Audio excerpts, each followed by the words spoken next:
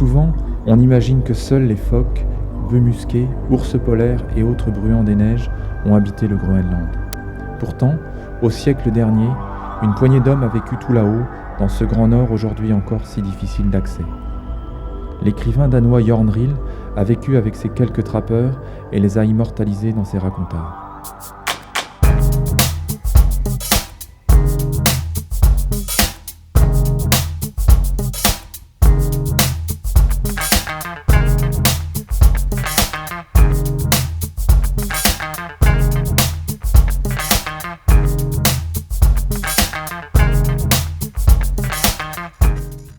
Côte est du Groenland, une terre pour les mangeurs de rêves. Un rêve se réalise, partir humer les ambiances et les paysages qui donnent leur saveur aux fameux racontards de Jornril.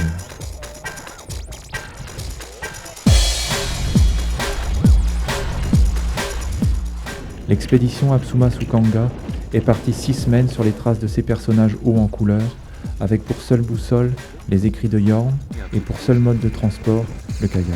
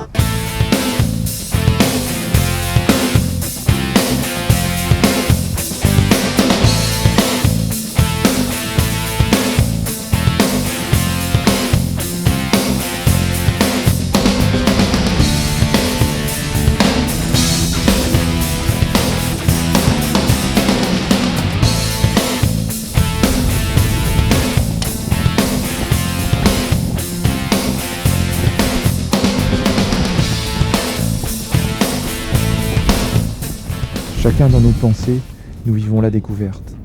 Alvor et vieux Nils pourraient surgir en compagnie du roi Oscar et s'étonner de nous apercevoir autant que nous de les rencontrer.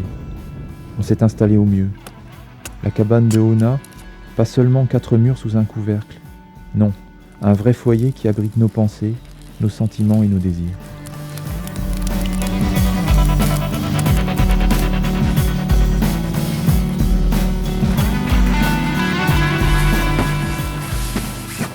Au pays des merveilles d'Alice vit un gros lapin blanc. Et c'est sûrement lui que nous avons rencontré hier soir lors de notre promenade. Comme sorti d'un chapeau de magicien, au détour d'un rocher, il était là, avec ses grandes oreilles dressées au-dessus de sa tête, debout, planté sur ses deux pattes arrière.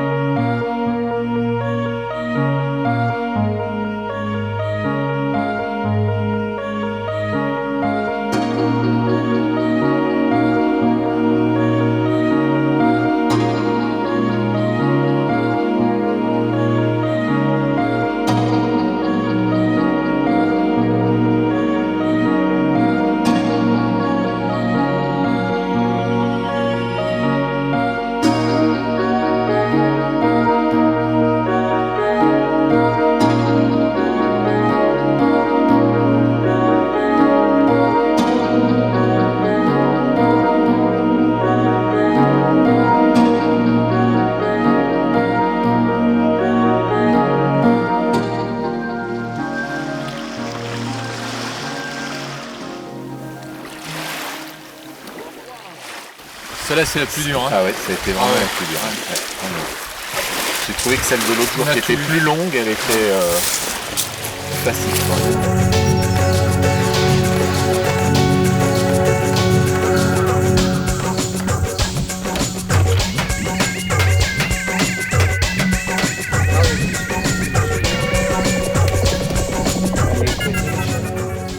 Pendant notre absence, la cabane s'est remplie de nanoks assoiffés et d'humeur fêtarde venus pour la remettre en état.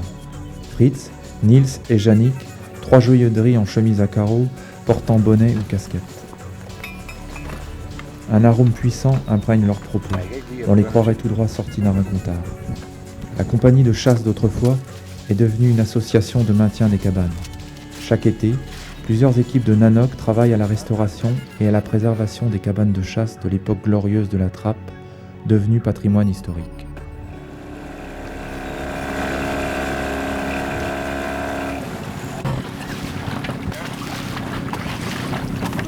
We are one of the two Nanook teams. Yeah, about John Reel, I know he was a radio operator on Ella, and he has written a lot of books about many of them about the trappers living here in this area in northeast Greenland. You have Mestersvik here. Yes. Yes. And Capucines, that's Oh, we were there. You were there. On it. You have No, you have we are Hornbook. here. Yeah. This one. Yeah.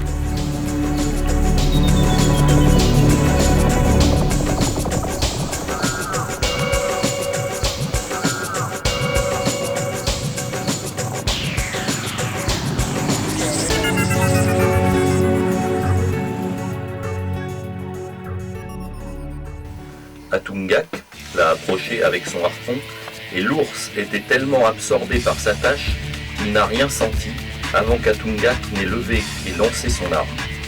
Mais au moment même où il la lançait, l'ours a tourné la tête et le harpon s'est planté dans son épaule et non dans sa gorge. Évidemment, ce coup n'était pas mortel et l'ours s'est mis à frapper le harpon jusqu'à ce que le manche casse. Sensation d'un lendemain de création du monde. Impression d'être contemporain d'un avènement de la planète, d'une ébauche du monde. En ce silence, c'est une invitation à l'imaginaire, j'atteins un autre temps, une autre perception, une autre sensation, physique presque, d'une temporalité anormale, un temps de l'infiniment lent, de l'éternité peut-être.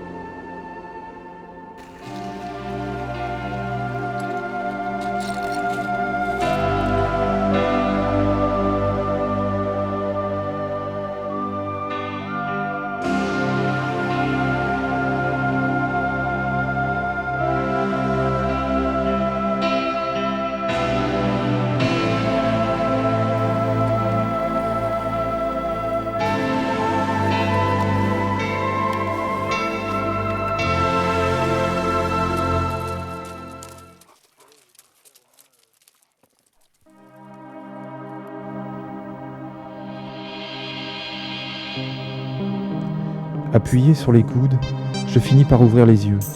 Je distingue l'horizon blanc, le ciel tout blanc, la blancheur des glaces flottantes qui ressemblent à des blocs de lumière sculptés. Ils flottent comme une odeur de tabac. Assis dans l'unique fauteuil de la pièce commune, je fume en silence. Mes pensées errent puis somnolent, installent un étrange trafic d'images, bercé par la course régulière d'un attelage. Ce n'est plus une affaire de kilomètres, mais d'état d'esprit. Le soleil arctique m'emplit d'histoires peuplées, de héros polaires, d'hommes indomptables dans des fourrures énormes, d'hommes qui s'acharnaient au péril de leur vie à remplir les nombreuses taches blanches sur les cartes. Son Groenland à lui, c'était de longs voyages derrière des chiens glapissants tirant le traîneau, de fabuleuses chasses à l'ours et aux morses, des rencontres merveilleuses avec des esquimaux intacts et une camaraderie sans faille qui liait les hommes de l'expédition jusqu'aux frontières du pays de la mort. Anton souhaitait ardemment devenir un pionnier de cette envergure.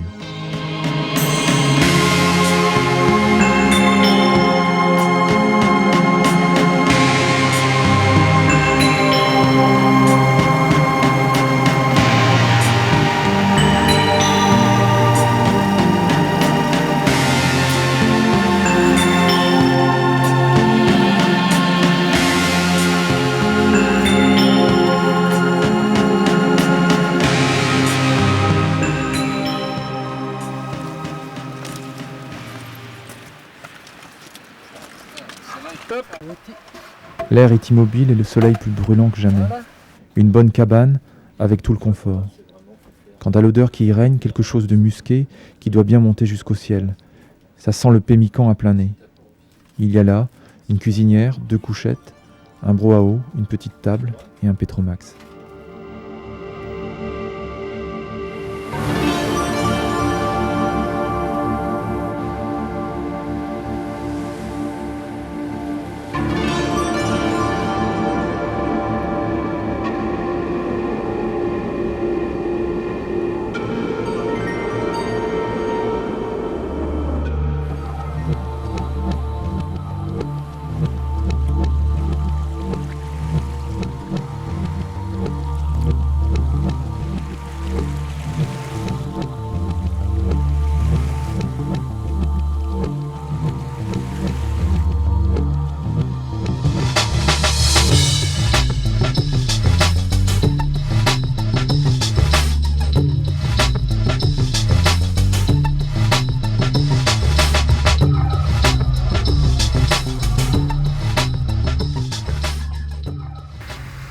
Is from un petit tour. Si je ne vous connaissais pas si bien, j'aurais tendance à penser que ceci n'est qu'un raconteur.